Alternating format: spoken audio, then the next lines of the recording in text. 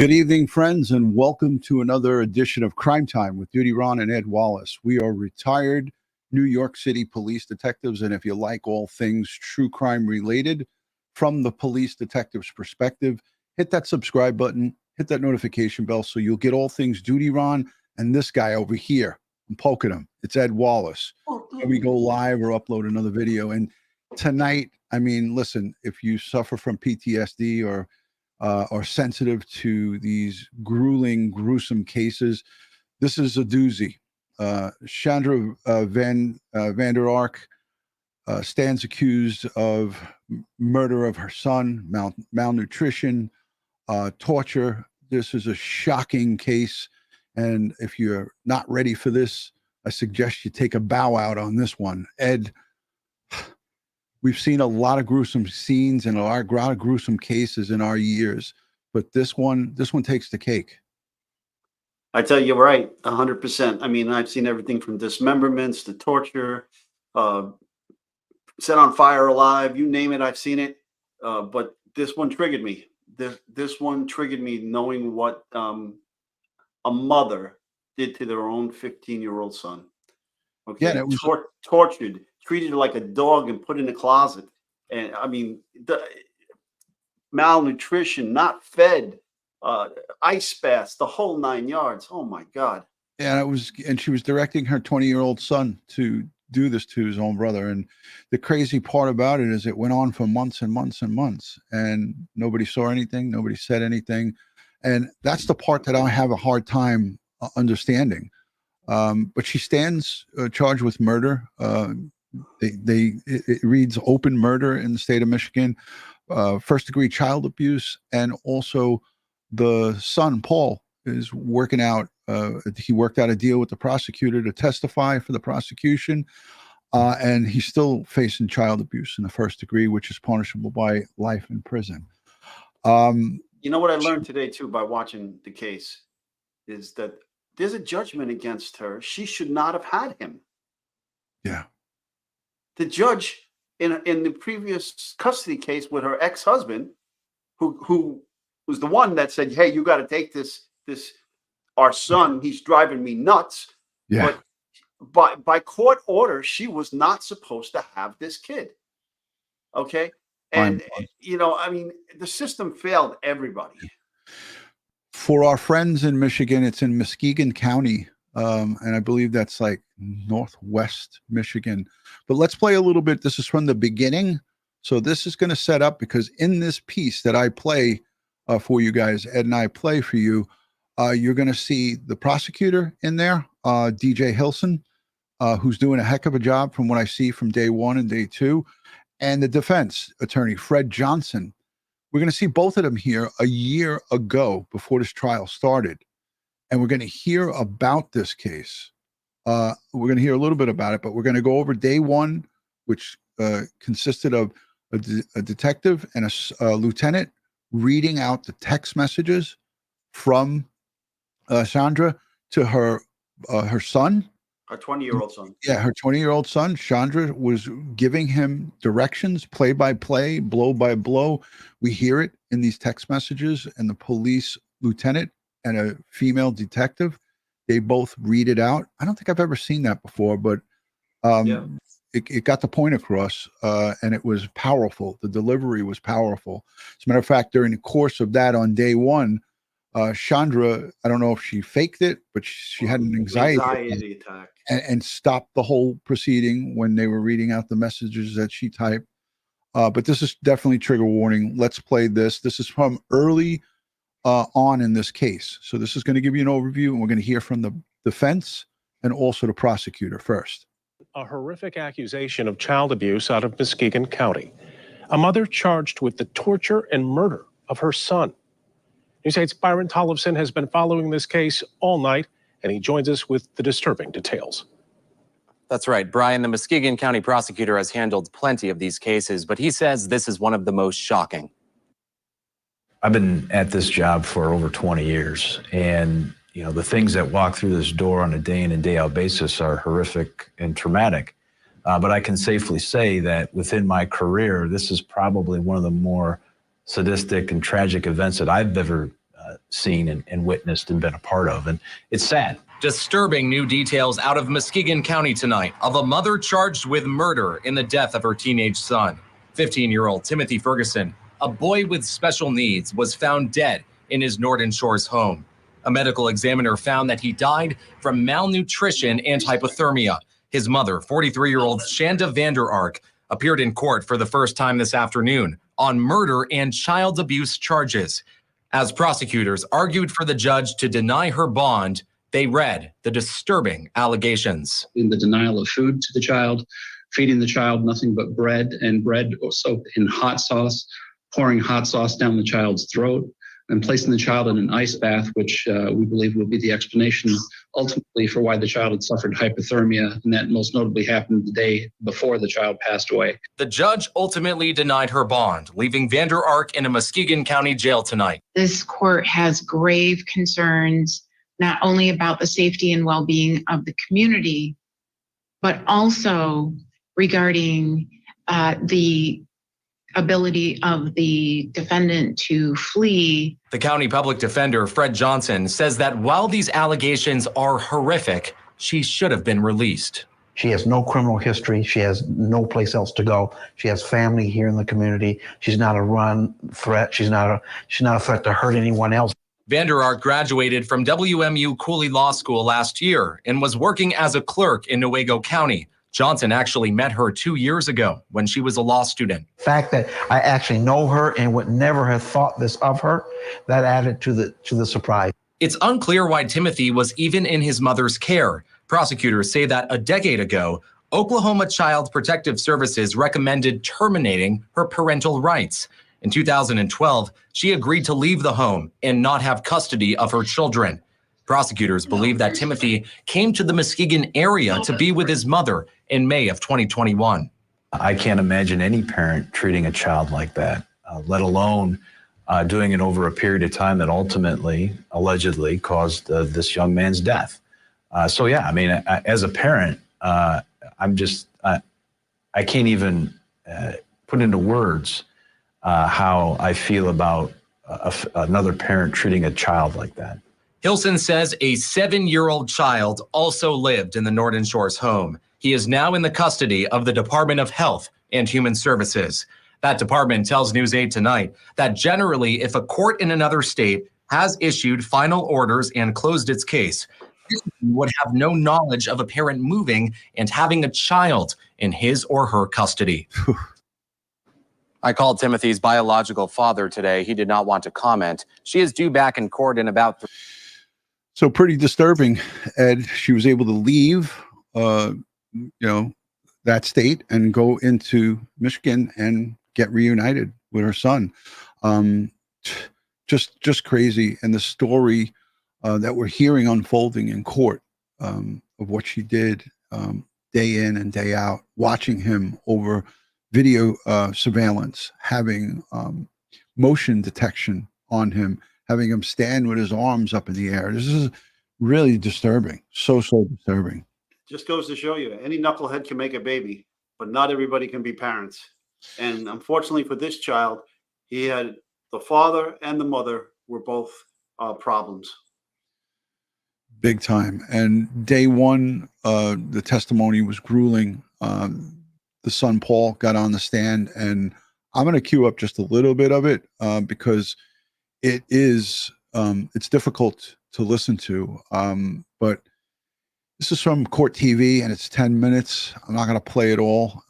Again, it's from day one, but let's take a listen to what Court TV had to say. And again, we're going day by day. So we're going to start off with day one here and we're going to move forward. But basically who testified here is the lieutenant and the detective, a female detective that was sitting next to him. And he read all of the transcripts from the text messages. And they were basically orders for him, for Paul, the older son, Paul Ferguson, 20 years old, to carry out her orders against his brother. Is that correct? That is correct. Including a cell phone belonging to Ms. Vander Ark? That is correct. And did you have an opportunity, as part of the investigation, did the Norton Shores Police Department perform an extraction of that cell phone? Yes. And seems obvious, but what is the purpose of of extracting information from that cell phone? Often cell phones can contain evidence of the crime that we're investigating. Your Honor, for this next portion, we've discussed already that Lieutenant Hooksma and Detective Alm will be reading a portion of the text messages. So I think we're prepared to do that at this point in time. For the record, these are, you'll be reading verbatim the text messages between Shanda Vander Ark and Paul Ferguson. And we've also taken some lengths to make sure that you're identifying the dates and approximate times where these texts are. That's correct. And second, why are his hands free? And what did he get into that he felt he needed to brush his teeth to hide it? Sorry, I don't know he was up. What do you mean you didn't know he was up? Has he not been? I don't think we've got to. So let me set this up. The female detective obviously is reading the mother's part, and the male lieutenant is reading Paul's, the 20-year-old son's part, who was home at the time with the victim, Timothy Ferguson, 15. And they're just going to go into a little bit here. I'm only going to play a couple of minutes of this. Oh, yeah. Of this particular section. So if we just, Thank you. before we get into the date. The date is 2/18/2022. Thank you. First, rude, and second, why are his hands free? And what did he get into that he felt he needed to brush his teeth to hide it? Sorry, I didn't know he was up. What do you mean you didn't know he was up? Has he not been upstairs against the wall? No, What? Why the heck not? I just didn't. What the heck has he been doing? According to him, he's just been setting. I don't know, though. I didn't know he was awake. Find out what he has snuck right the heck now, because I know he has snuck stuff since you weren't doing what you were supposed to. What do you mean you didn't know he was awake? You both should have been awake at 10:30. I am not happy. You know he wasn't just sitting there. Check the brownies in the kitchen. Check everything not locked away. Check where the flipping keys have been. I already checked everything. Break moving on to a different date, correct? Correct. That concludes that section. The next date is February the 28th. And check his breath. I can almost guarantee he's eaten something. He was chewing on something when he walked downstairs. You and I will be talking about this on a later date when we're both home. Yes, he grabbed chips. I know. The break there? Yes, the next text thread starts on March the 4th at 8:59 p.m. KK.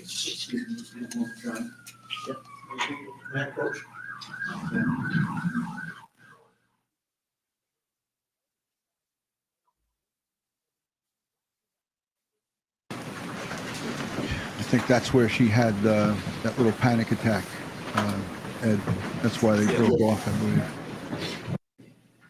Reasonable. So at this point in time, court is going to take a brief recess. Mr. Johnson, just please let the bailiff know when. Who is accused of torturing her son. He ended up dying, is now suffering from distress, a panic attack, according to the judge. And so they're going to take 5 minutes to see if the defendant can compose herself. This happened at. So that was the beginning part of the morning, Ed. And then after that, they brought on her son, Paul, and his testimony was just so shocking. And just to hear him say the things that he said, it was, for me, it was tough for me to listen to. But I felt the need to talk about this tonight because this reminded me of baby Thomas Valva out in Long Island, where he was frozen in the garage with his brother with 19-degree temperatures, that he was denied food and water. He was malnutrition, suffered from malnutrition and hypothermia, and that's ultimately what he died of. And I believe that's the same fate that Timothy Ferguson faced at the hands of mom and the brother. This also reminds me of the Kimes case where Santa Kimes was in total control of her son. And in this case, it appears that she had the 20-year-old wrapped around her finger, and she said jump, and he said how high, and he has definitely gone through the ringer himself with all the psychological torture that his mother must have befelled upon him. You know, when you see this kid's testimony, you realize right away, you know, he's not right. Okay. You know, and he needs a lot of help as well. He's been a victim of this woman as well, but you know, he didn't help himself with the way he treated his younger brother. Yeah. And he even at one point said, you know, words to the effect of, I didn't love him or something. I didn't love him enough. Right. I didn't love him enough. Thank you, Ed. Mm-hmm. I'm going to put him on the screen. And, you know, I saw pictures of him when he was first arrested, just 16 months ago or so. And he was much heavier and he had more volume to him. And it looks like here that he's kind of really thin.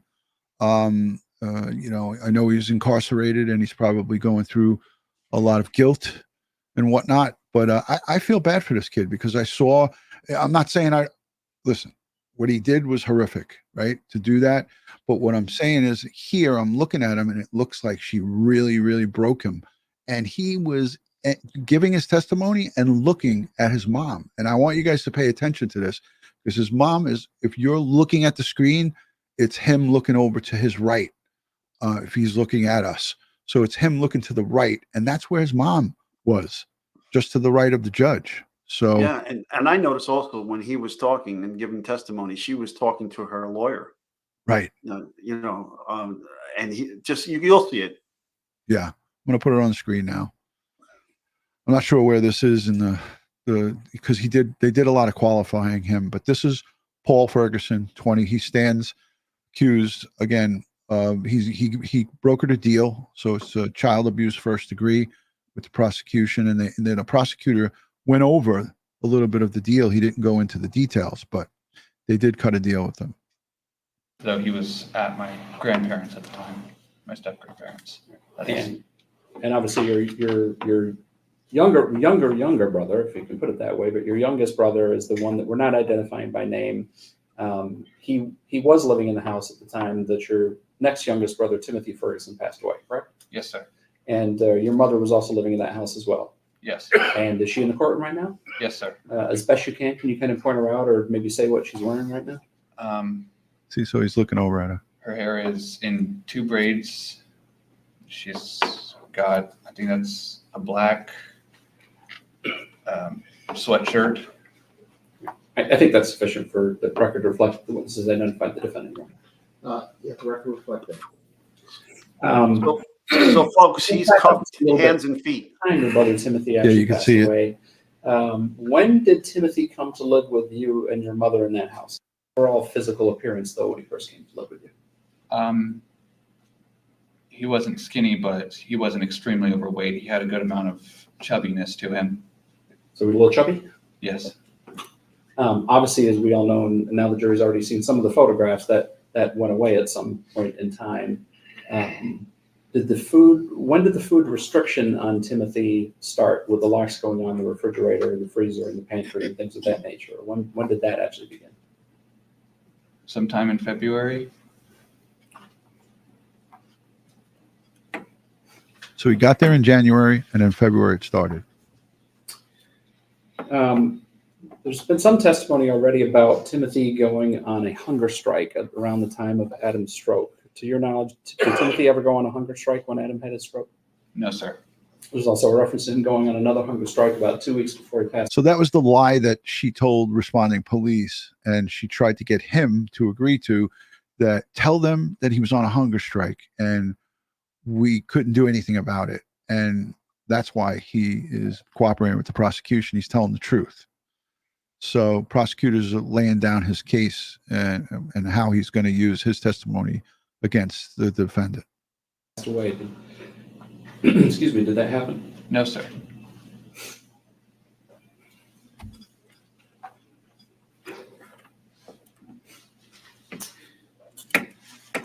The police have indicated at the time they searched a residence, there were a number of cameras seized, as well as some other items. So let's talk about the cameras first. What was the purpose of the cameras being inside the residence? To watch Timothy.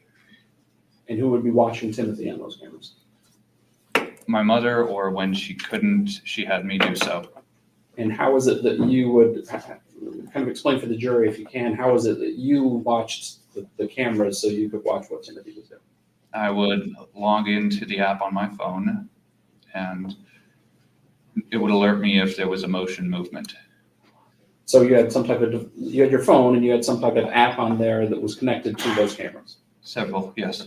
And you said that you were also alerted to movement. Were there motion sensors in the home? Yes, and the cameras also had that feature as well. They activated on motion. And what was the restriction on Timothy's movement that would cause those cameras to go off? Where was he limited to? Could you please reiterate? Yeah. Where is it that, where could Timothy go, basically? Mainly he was restricted to the downstairs area, to a closet downstairs.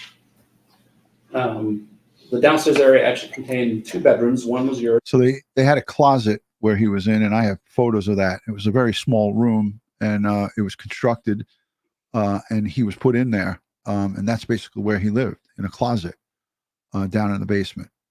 And one was G's bedroom, is that correct? Yes, sir. And there was also a bunk bed that was out in that area that I believe that the defendant indicated was Timothy's bunk bed, is that correct? Yes, sir. Where did he actually sleep most nights? In the closet. What did you call the closet? Was there a name you used to refer to the closet? The small room. And what was in the small room if Timothy was in the small room? There was a camera monitoring him, even when he slept. Was there an alarm on the door as well? Yes, sir. Some type of motion sensor or alarm? Motion, vibration, yes. So we had that on the door and then a camera actually inside the room as well, is that correct? Yes, sir. And were there times where you were required to watch that camera? Yes, sir. So that look that he just gave with his eyes to the right was to the mom, because she's sitting, to his right as he faces us. This was just, again, it goes on and on and on, and basically he just talks about the directed abuse that she was demanding that he carry out, and he did it. There's a lot of people who are questioning, well, why didn't he say, no, I'm not going to do this? But I really feel that looking at him and looking at her and watching her testimony today, she totally mind controlled him, and God only knows what she said to him, Ed. We don't know what torture he went through in his life with her.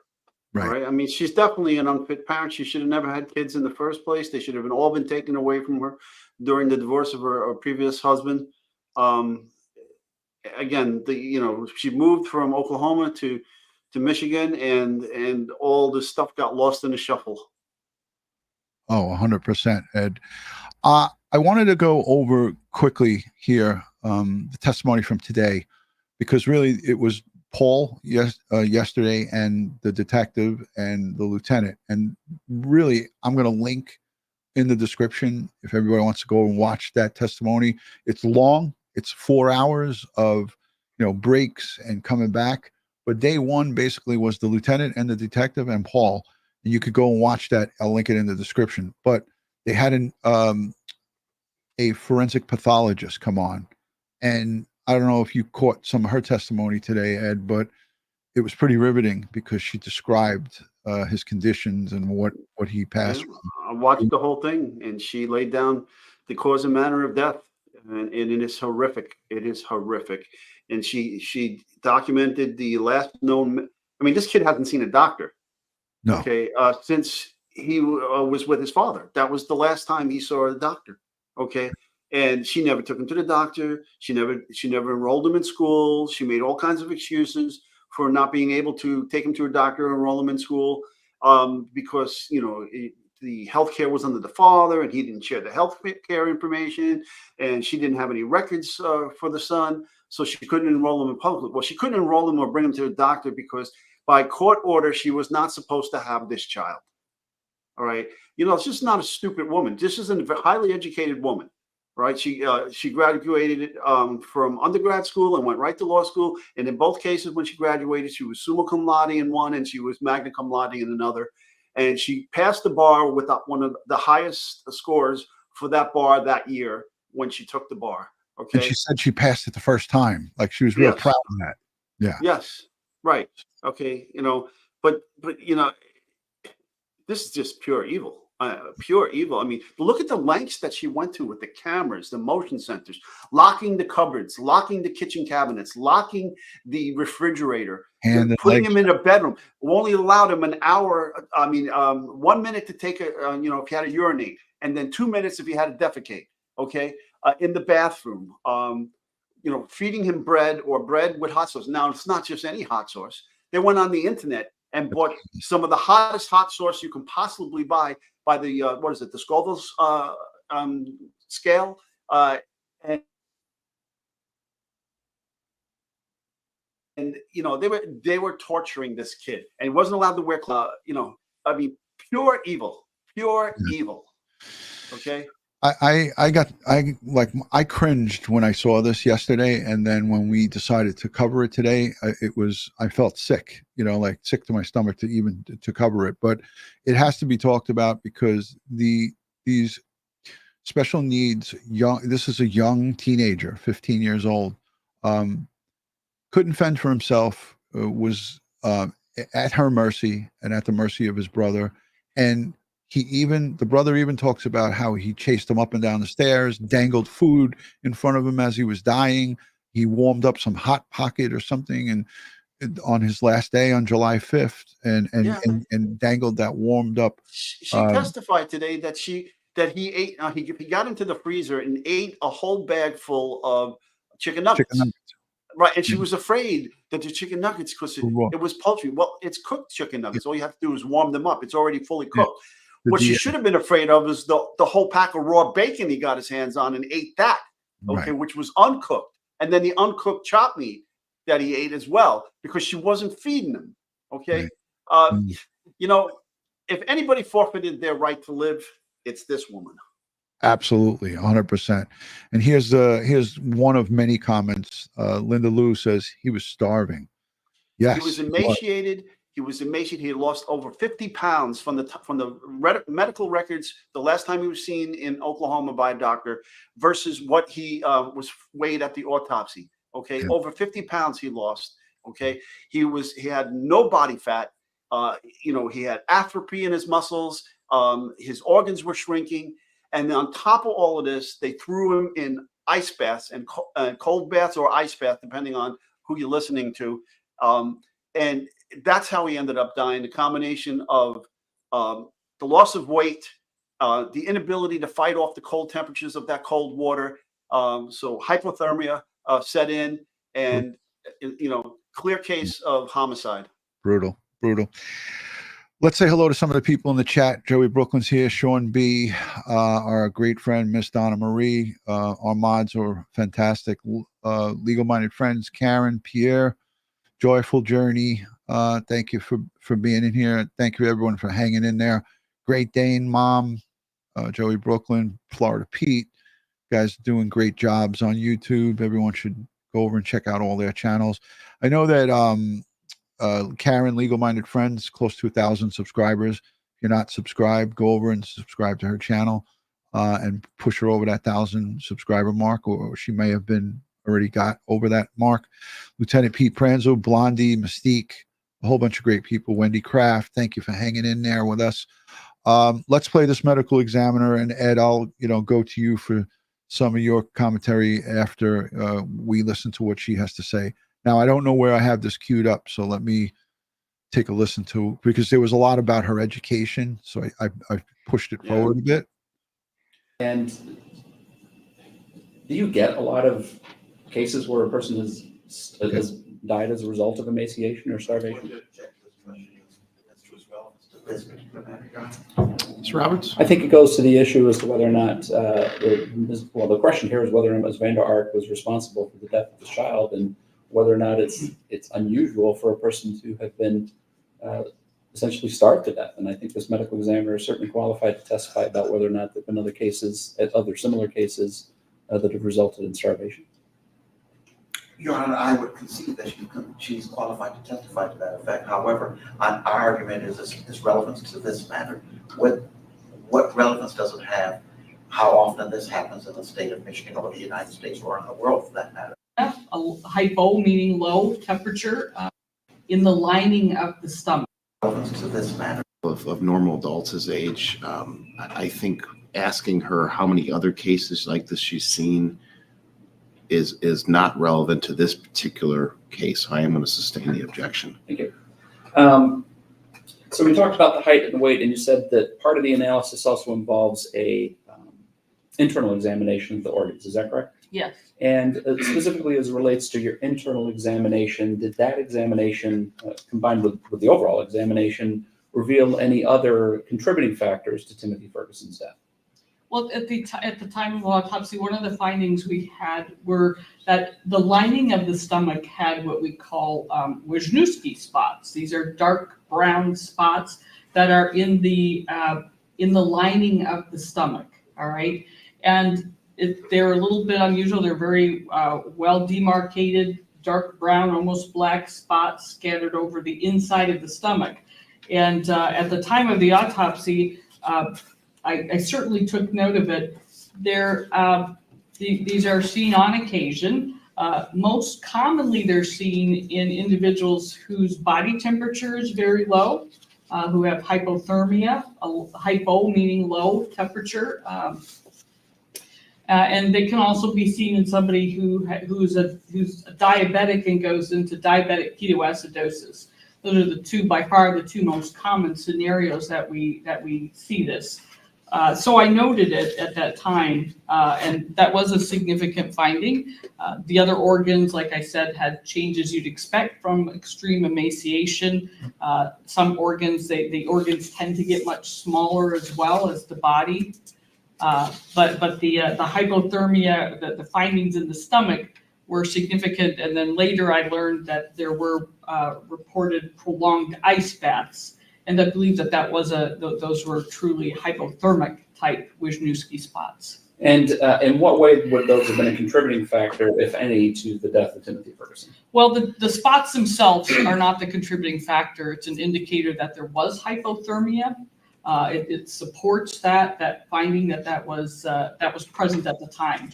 And in this scenario, especially in someone with this extreme emaciation, to be subjected to extreme cold temperatures, the body is not at all equipped to handle that.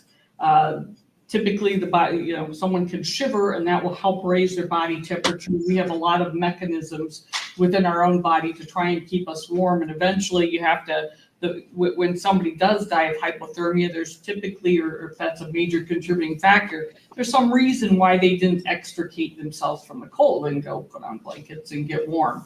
And so in this case, though, how the hypothermia contributes is it does just continually weaken the body, and it can also slow the heart rate and cause and contribute to that process of dying, essentially. So if I understand you correctly, a person with a normal body weight, or even close to a normal body weight, there's a mechanism within the body that will protect you from that, even if you're exposed to it and not able to extricate yourself from that in some fashion. Well, you'll be able to last a lot longer. Obviously, if you're in an ice bath or you get into cold water, at some point your body can't handle it anymore.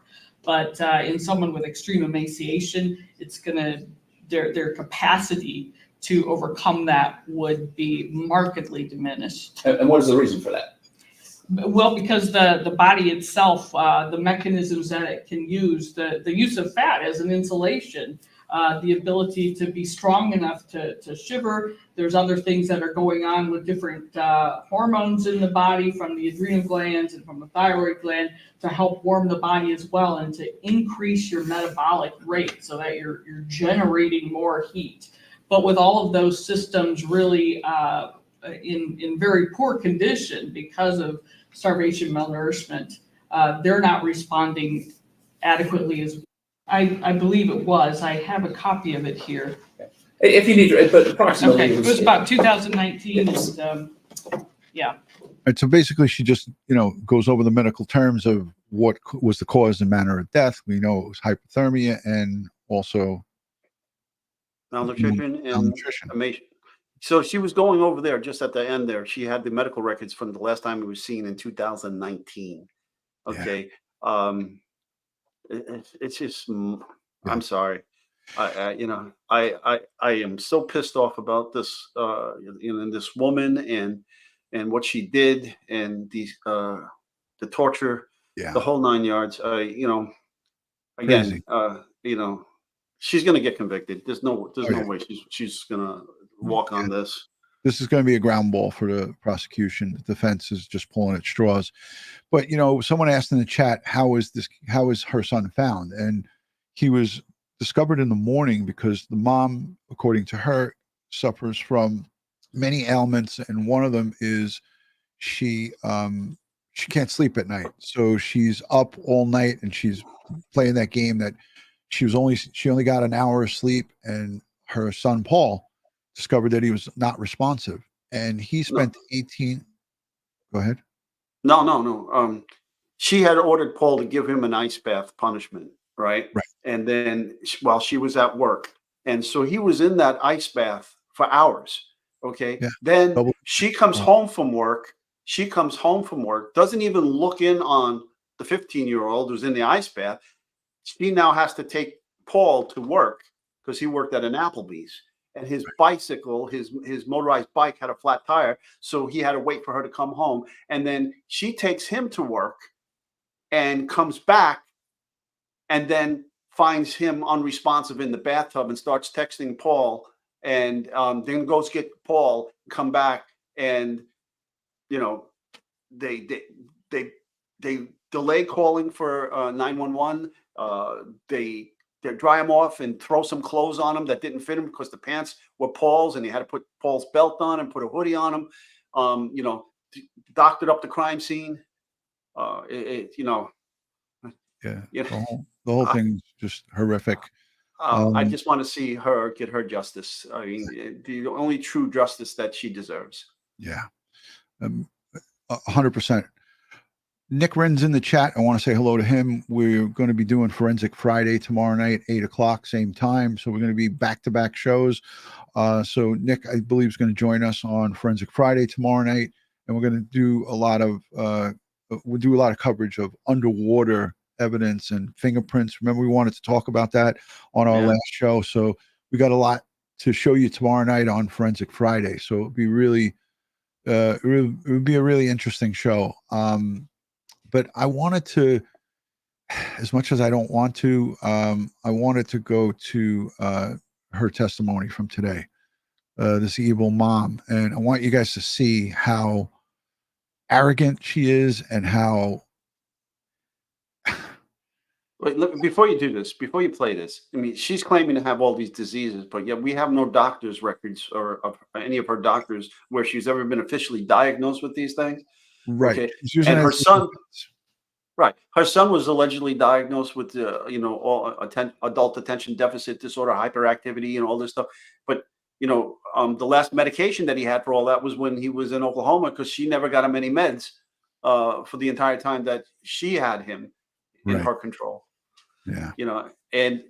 She claims to have all these things. And she can't remember all of these things. And you'll see it in her testimony. I can't remember. Right. Well, she tries to play that game of that she has this selective memory and that these triggering things that occurred in those text messages, she conveniently doesn't remember them. And she says she suffers from insomnia. She can't sleep. She goes out of the house at 6:00 in the morning, comes back at 6:30 at night. And she's me. And basically, I mean, I'm going to let a good deal of this play because I want you guys to hear her, because this is from today and her testimony, and she throws up in the witness box. I don't know if it was I know some people can force themselves to throw up or whatever, but when the district attorney puts down the pictures, the 4 pictures or 3 or 4 pictures of her son that morning after what you just described, Ed, the ice baths and the torture and the all of it, all the cumulative all along these months, he's been tortured on so many different levels. This 15-year-old autistic boy withstood this punishment from February of 2022 until his death on July 6th of 2022. So we're going to hear her talk so nonchalantly about this. I looked at her today. I just couldn't believe it. I was like, this is what walks amongst us. And she was existing in society, going to work and working for a circuit judge outside of she at one point worked in that court. In that courthouse, yes. In that and courthouse. She had a special needs dog that she brought to that courthouse, a Great Dane. Oh, She my treated God. the dog better than her own son. Here's a comment from Glenda. I agree. Paul is a victim also. He was terrified. We don't know the enormity of what he was psychologically put through. And we don't know what type of torture she put him through. We weren't there. None of us were there. We don't know. And the place was a pigsty. Did you see it? I mean, it's not the worst place I've ever seen, but it's still very filthy. She admits it. She said, I'm not a clean person. All right, let's listen to this because it's 13 minutes. I'm going to play it all because I think we need to hear it. There isn't there? Yes, sir. The first another refers to the first ice bath. In other words, there's already been an ice bath, right? I mean, I don't know. I'm not questioning the what's in the text, but I don't know. Okay. And then sometime before Paul leaves work, he'll get another ice bath, and then another one when you get home. So 2 ice baths, in addition to the one he's already had, right? If that's what it says. And that's for the crime of sleeping. I don't know what the original whatever happened before that. But you know what it was to get him to not do another one, right?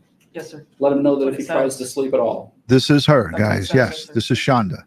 Might want to toss the ice that is made into some Ziploc bags in the freezer tomorrow for if we need a bunch more. I think that kind of speaks for itself. We'll move on. Did you see that? He said, I think that speaks for Show you itself. an We'll move on. exchange, She made that face. From May 9th, 2022, this is pages 5348. 5348. DJ Hilson. 5347. Brilliant. So give me just a second. I apologize.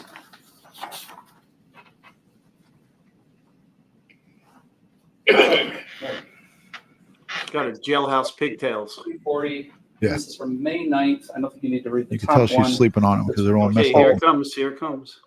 Oh, this isn't it. No, she throws up towards the end. What is daddling anyway? Please make sure Timothy goes into his room with the alarm on when you leave. I should be home not too long after you go, as long as you before you go. And please let me know where you put the alarm when you leave. He's making her read her own text messages that she sent to her son, Paul. Let me stop you right there. This is May 9th. No, Amanda, no death penalty. I'm only going to take a couple more of these, and I'm not going to stop it again. Since 1969, they don't have death penalty in 1963, Michigan. actually. I looked. 63? Yeah, Okay. 1963 is when they abolished it, and it went into effect January 1 of 64, the year I was born. So no death penalty, and both of those charges, life in prison, if found guilty. So, yeah, she's filthy and disgusting and despicable. Yes, And Mary Ann. again, you're referring to an alarm, correct? Yes, sir. Okay. This Go ahead. is, okay. Go ahead. Because I know what Just, that's referring just let's keep going. Okay. KK, thanks. YW, you're welcome. I logged out of that for you, but you will not be allowed to have any devices tomorrow before work unless you manages to get everything done I assigned to M standards, which will not be easy. I'm not sure what part of Timothy going nowhere but the bathroom without being watched closely, but he stole a bunch more of the Easter basket today and hid the wrappers behind the washer and dryer because he obviously wasn't washed as he should have been. Okay, so at this point on May 9th, you're saying that Timothy needs to be watched if he goes everywhere except to the bathroom, right? He needs to be watched, yes, sir. For committing the crime of what? We had a combined Easter basket that year. And so I had divvied it out between everybody and he stole some that was with cheese and I don't remember if it was Paul's or mine, but he'd already had his portion of it. So taking candy from an Easter basket means that he gets watched and can't have any privacy anywhere except the bathroom, right? Yes, sir. Okay, keep going. It was a star. What part of watching Timothy closely was unclear? Sheesh. Let me stop you right there. What part of watching Timothy was unclear? Why was it that you believed at that point that Paul wasn't watching Timothy? I was correcting, it's the little star. I was correcting what, where was it?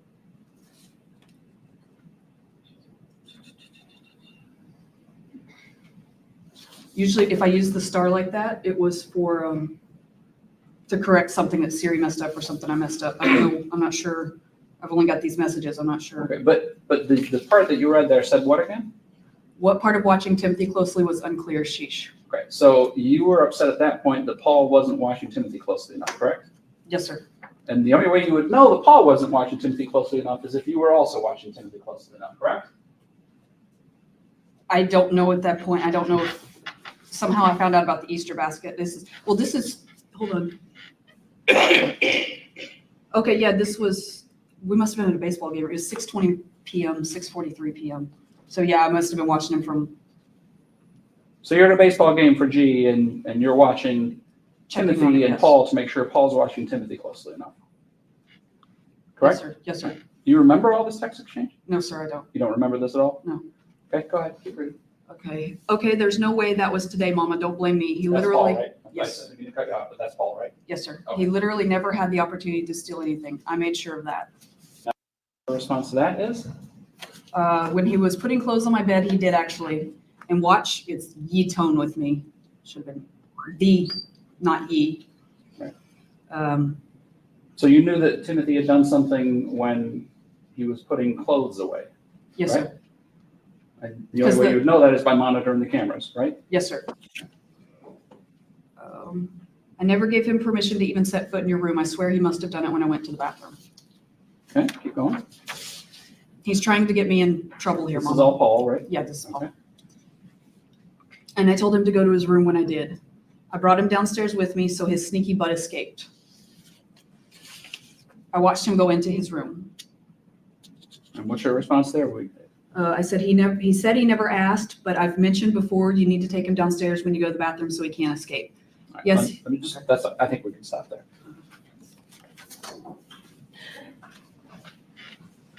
You don't remember sending these text messages? No, sir.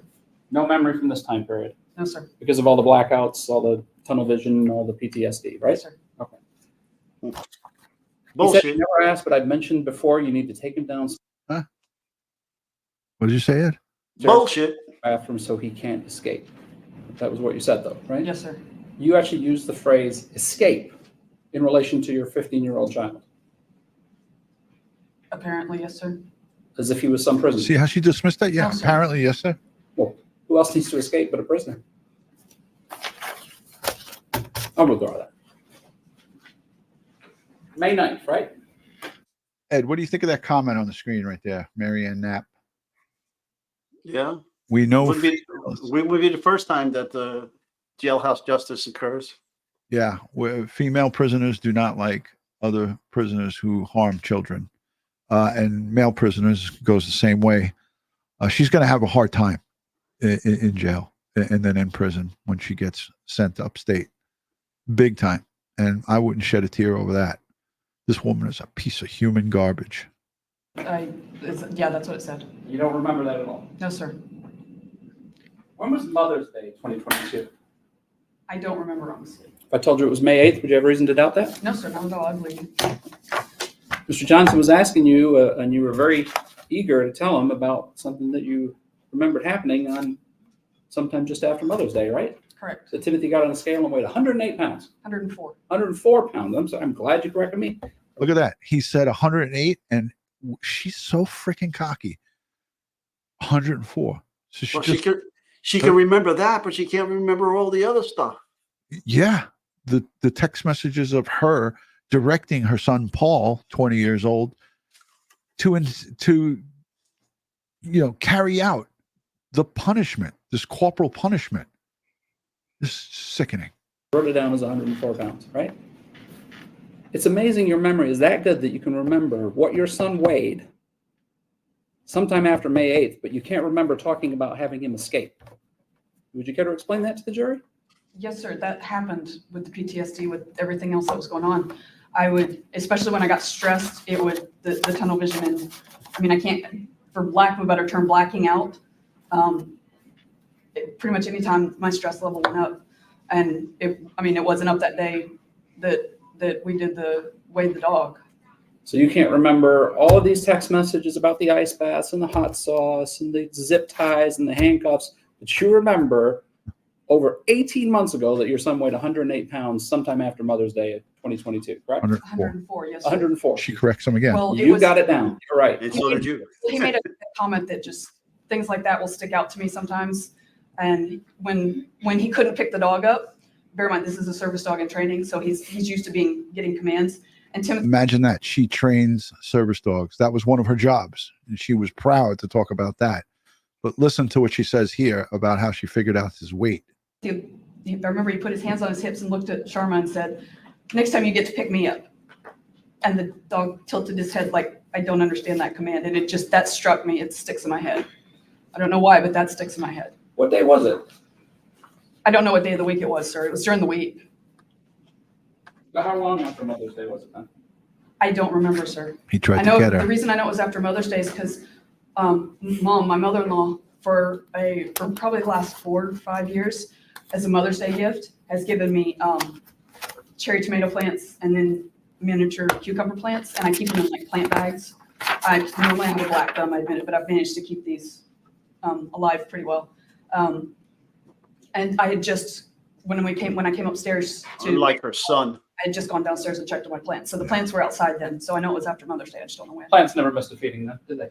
Objection, Your Honor. What's argumentative about it? She's proud of herself and keeping the plants alive. Plants never missed a feeding. Mr. Roberts says it's an irrelevant question. So, sustain. So your testimony is Timothy weighed 104 pounds sometime after May 9th, correct? Yes, sir. That doesn't look anything like 104 pounds, does it? No, sir. That's not even a month. That's barely a month after May 9th, isn't it? Yes, sir. I lose weight very quickly. I'm assuming you got that from me. Oh, yeah. God.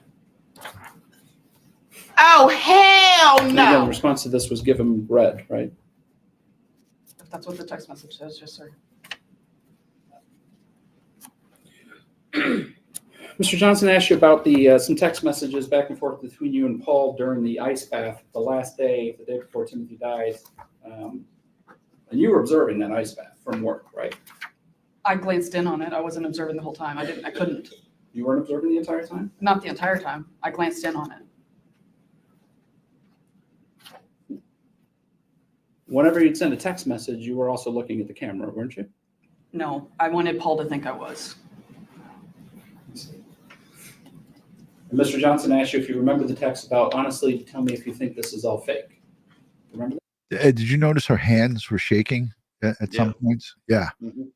And she also had these involuntary movements of her face, like her cheeks.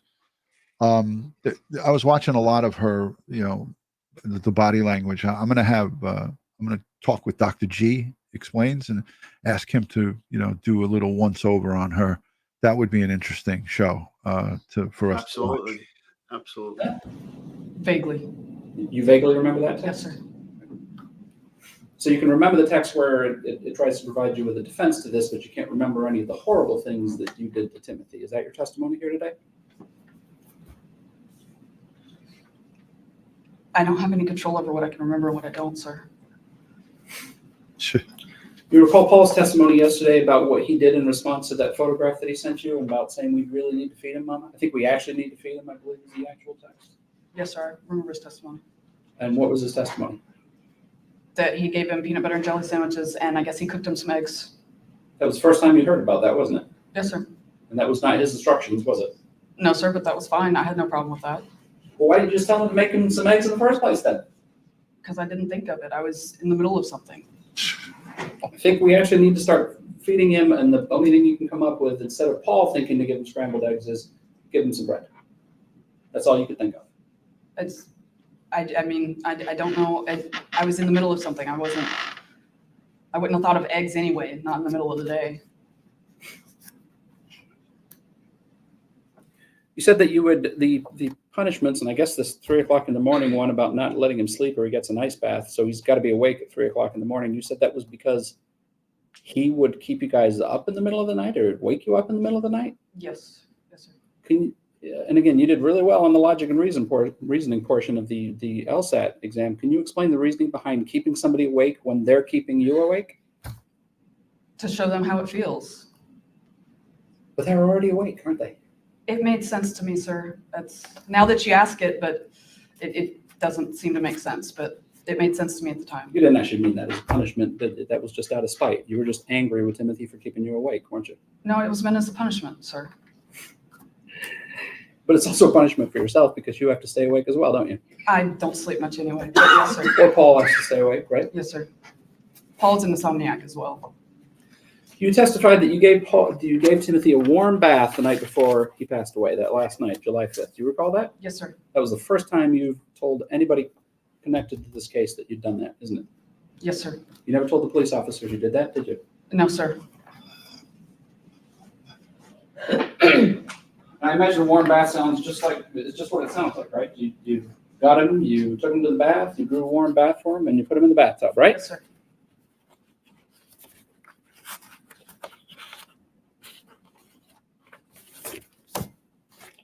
This is hours before he dies, right? Yes, sir. This is where she throws up. Yep. You look like that when you put him in the bathtub?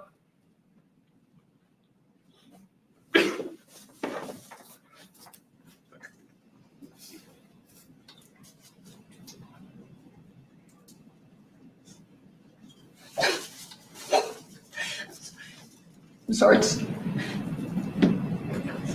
Gotta make me a moment. Yes. I heard of crocodile tears before, but crocodile vomit? Leave him. I did. I paid some You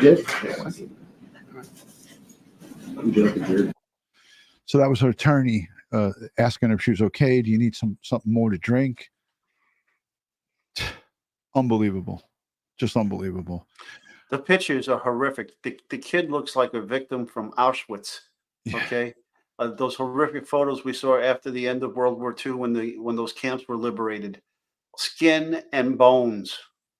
Yeah. Yeah. And as soon as he plastered those pictures down is when you saw her dub over there and throw up into the garbage pail.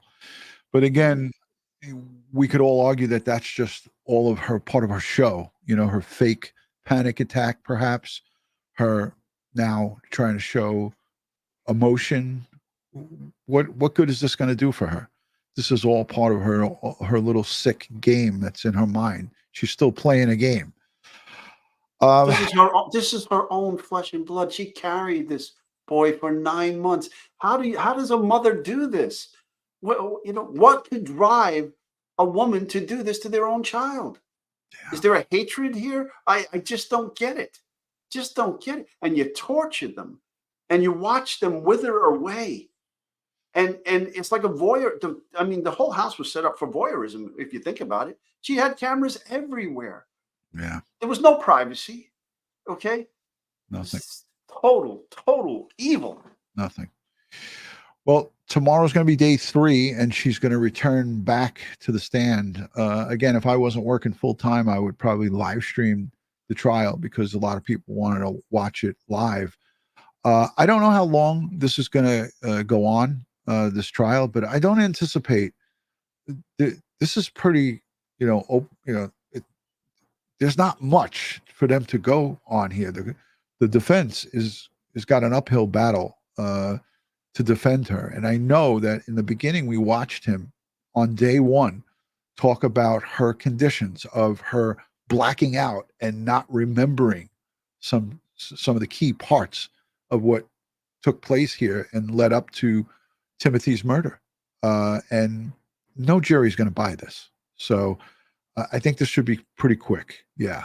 I'm looking at the chat. A lot of people putting some comments in there. I don't really think this is the case, because for this to be the case, then everybody would have to know that the kid is is sick or ill or something like that, and nobody knows what's going on in that house but her and her older son, Paul. Right. And the crazy part about it is, like, when I looked at and tried to reason with the Thomas Valver, like, why did Michael, his father, take him when the mother loved him and loved her boys, and he didn't, nor did his girlfriend. It seems like in this case, Shanda and Paul had no love for this boy, and maybe at one point Paul did, but maybe she, got a hold of him and, made him believe that he was no good and that he was evil. I don't know if we'll hear more about that from Paul, because his testimony was basically, as of now, from day one, from the first day of the trial, he just described for the prosecution what his mother told him to do and what he did. He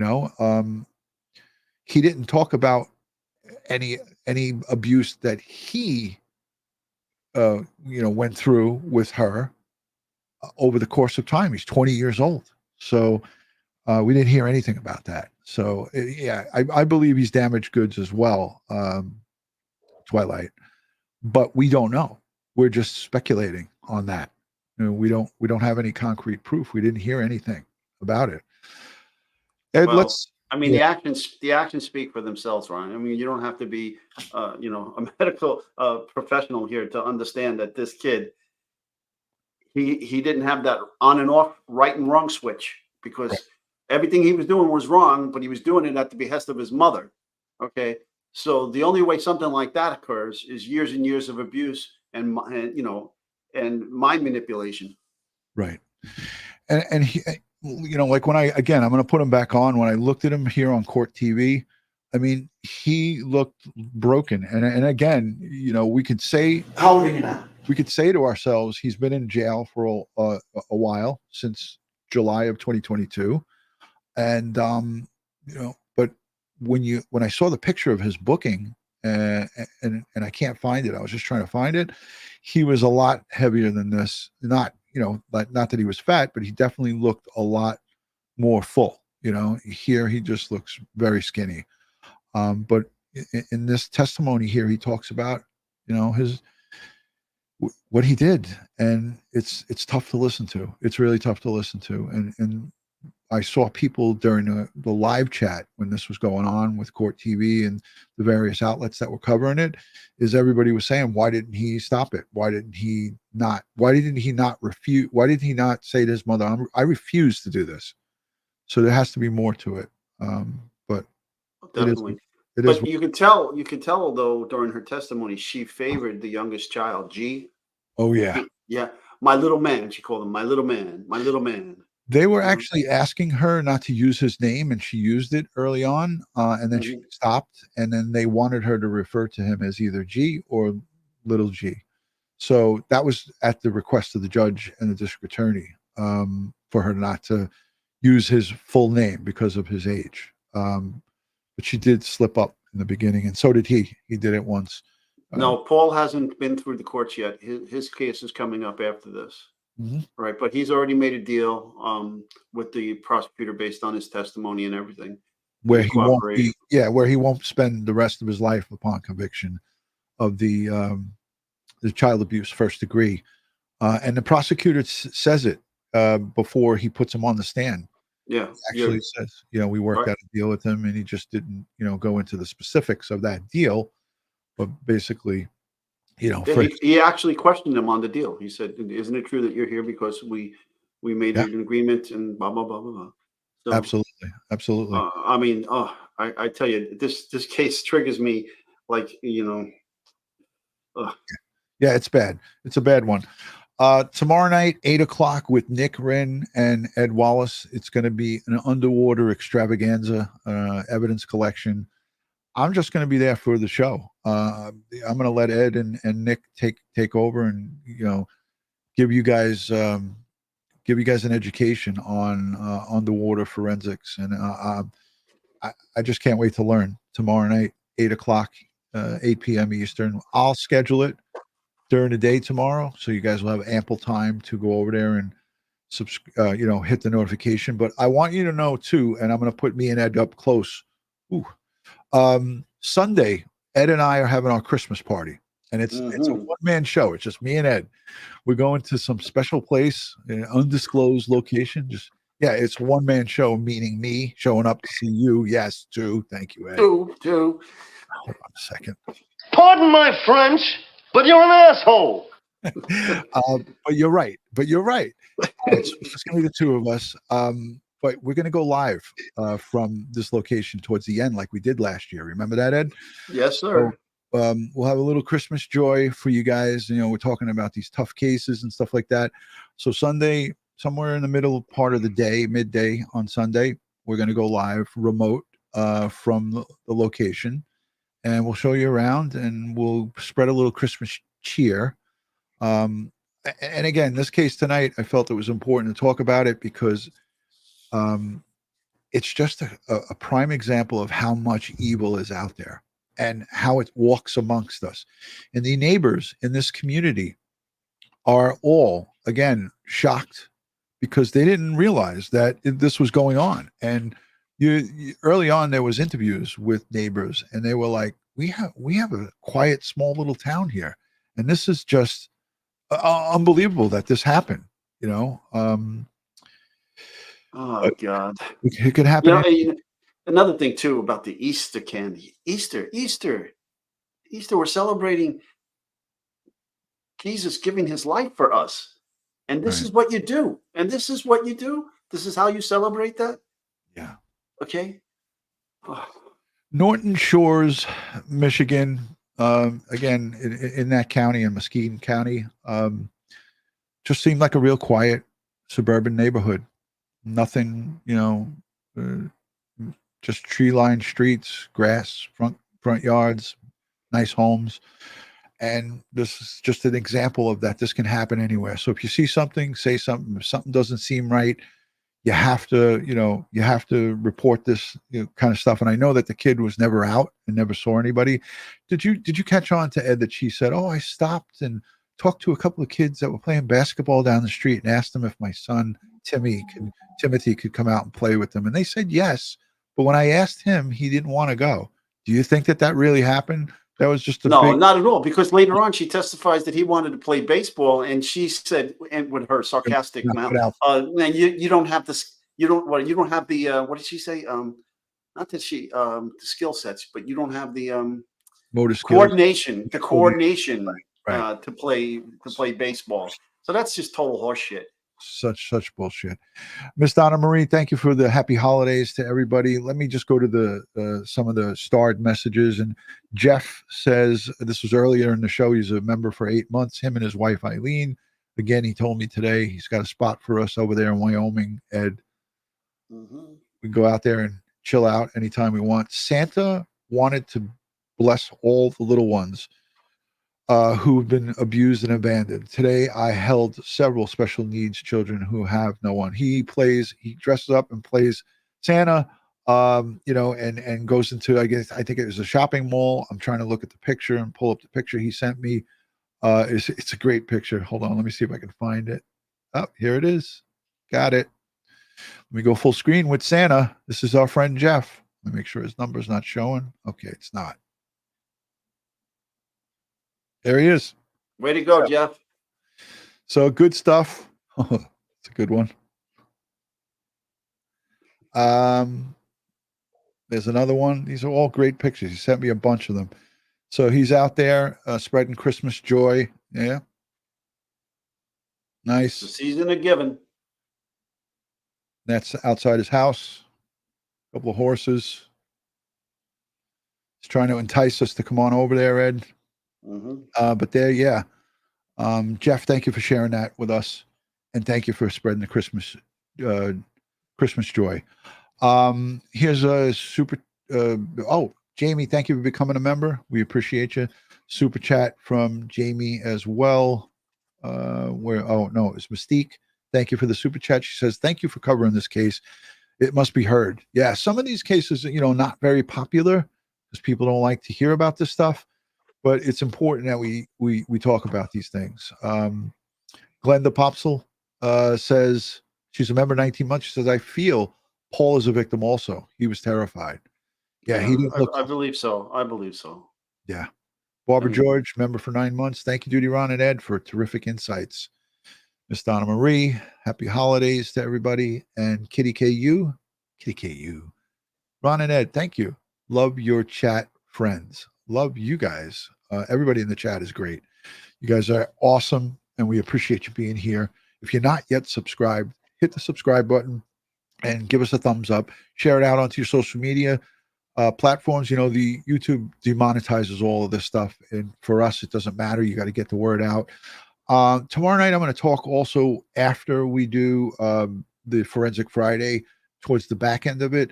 Our good friend Jacob from Chaos Divers called me last night, and one of his good friends, Eric, his cousin, went missing.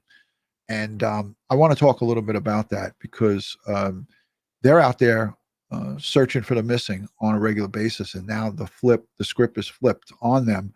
One of their family members have gone missing, and I'm going to try to, bring some awareness for them. And I'll show a flyer, and maybe we'll do a show about it with Jacob from Chaos Divers and Eric. All right, guys, on behalf of Crime Time with DutyRon and Ed Wallace, we thank you. And I want to just say, sending strength, prayers, and positive vibes to the prosecutor, to all of the family members, the community, and everyone who's affected by this, especially the victim, Timothy Ferguson, 15 years old. May you rest in peace. Yeah, may he rest in peace, and all of the rest of the surviving family that were involved in that house of horror over there in Michigan. So thank you. Ed, I know you got something to say. Stay safe, stay prepared, and watch your six, folks, especially now around the holidays. With all that's going on overseas in the Middle East, it's we have to watch out for this holiday season. They just thwarted an attack in over in Europe, Belgium, and Germany. So you see something, say something. Absolutely. And guys, thank you all for subscribing. We're close to 191,000 subscribers. You guys are what makes this a great place. Share us with your friends. Tell your community about us. And we appreciate everybody being here. The replay viewers, the mods, you guys are great. Thank you, and good night from New York. Peace, guys.